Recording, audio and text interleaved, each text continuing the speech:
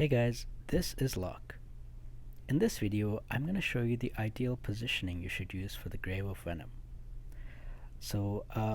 Let me just show you my heroes real quick that I'm using. I only have units at level 50.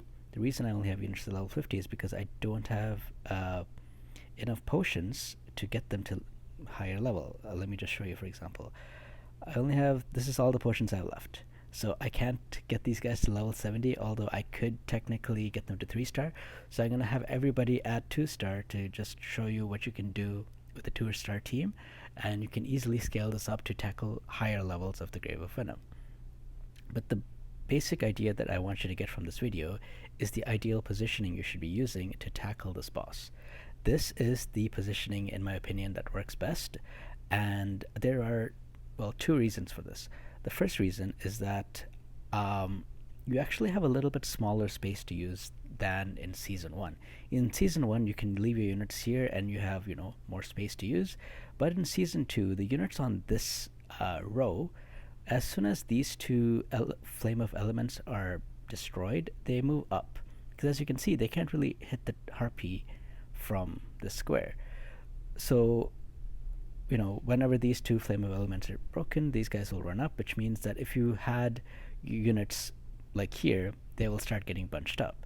So you have to start from a positioning, assuming that you cannot use that last row.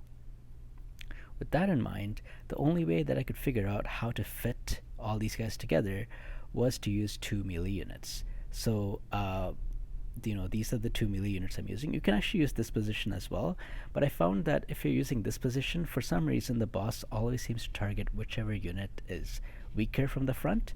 So he would either target Usha or he would target Garius. Sorry, he wouldn't target Usha or Garius. He will always target Usha, regardless of where I place them.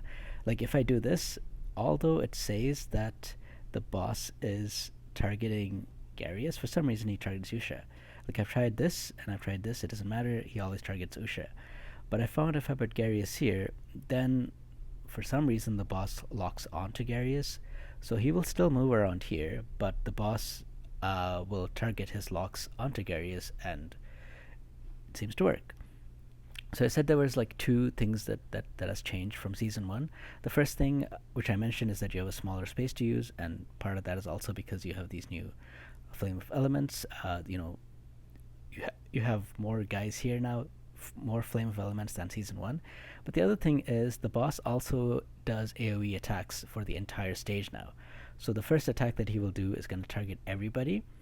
And if you're new, this is the first time you're starting with Season 2, this skill is actually, the tooltip is a little bit wrong, because it looks like the boss can target any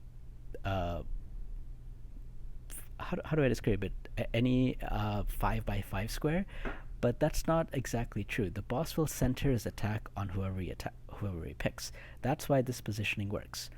So for example, if the boss is attacking this guy over here, he will target the 2x2 square that's around him. Now Usha will move up here, so Usha is not in this range. So basically there's nobody in this range, right? And same with everybody else on the team. Garius will be here, so around him there's nobody in that space. He's free from having the boss target him. Same with Warish, and same with Usha, who will be over here, and this guy will be over here. So basically I have nobody in a 2x2 square until these two guys are destroyed, and both of them will probably be something like this and attack the boss together. At that point both of them will be targeted. But until we get to that point, the boss will target all of his attacks except for that first AoE attack. He will target everything centered on Garius. So that way I can protect everyone else. If that is not the case, if I have something like this, for example, what the boss will do is he will attack Garius with this skill and with his normal attacks. But with this skill, he will actually target these two guys. He'll attack both of them, and this skill hits pretty hard, especially for units that are not frontline tanks. So you really don't want to get them targeted by that. So you don't want to do something like this. You want to do something like that instead. So I found out that this is the best positioning to use, and it seems to work with the Harpy. I'm going to show you this run of level 50 units, all 2-star unawakened, just the second awakening, sorry, the first awakening. And you can see that I'm not really having much of a problem with this. I'm also going to show you the equipment at the end. I'm using like very poor gear. I haven't farmed this much at all. Uh, and the reason I'm going to show you that is because I'm going to say that, even with very under-geared, under-leveled heroes, I can do a level 75 Harpy. I can probably easily scale this up to at least to the level 5 Harpy once I've leveled up everybody. And once I've also given them the proper equipment, like the proper blue equipment. A lot of them are still using the white equipment. So there's a lot of room to improve.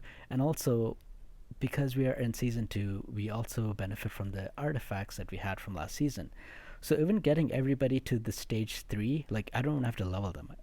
As long as I get enough crystals to level everybody up to stage 3 and give them all a leveled up artifact, that's already going to be a massive boost. So there's a lot of room to improve, and I don't really think using something like this is going to give you too much difficulty, at least until stage 6 or maybe even stage 7. The main thing that's missing from this team is actually a unit that can apply attack penalty, which I find is actually one of the biggest weaknesses of the Ice and Radiant teams. As far as the units that I'm using, well, first of all, a lot of people by now do have some of the better epics out there. A lot of people, especially with the epic selector, a lot of people got Vorish or Garius or even Furbath. If you have one of those guys, use them. It's going to help out immensely with this boss. Everyone else is really like flexible. I've tried this composition with other units as well, and it works. I'm using mostly rare units except for Garius and Warish, but you can use anyone. Like the other 3 units, the healers and whatever, you can use whoever you have. It doesn't matter. You can use epic healers if you have Catherine and so on. But yeah, it's at least to get to this stage, it shouldn't be too hard. And playing at the 3rd stage, you can easily farm up the blue equipment, which will then help you to get to the 4th, 5th, 6th stage. Anyway, I hope this video is at least giving you a baseline of how you should position your unit, like the best way to position them, in my opinion. There's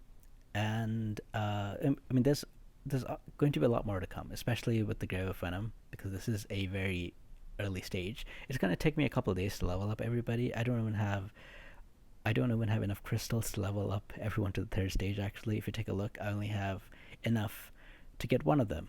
So I'm going to get one of these ice guys up, and I'm going to get one of these light guys up, and then I have to farm. So I am low on bread. I'm not spending to replenish my bread, really.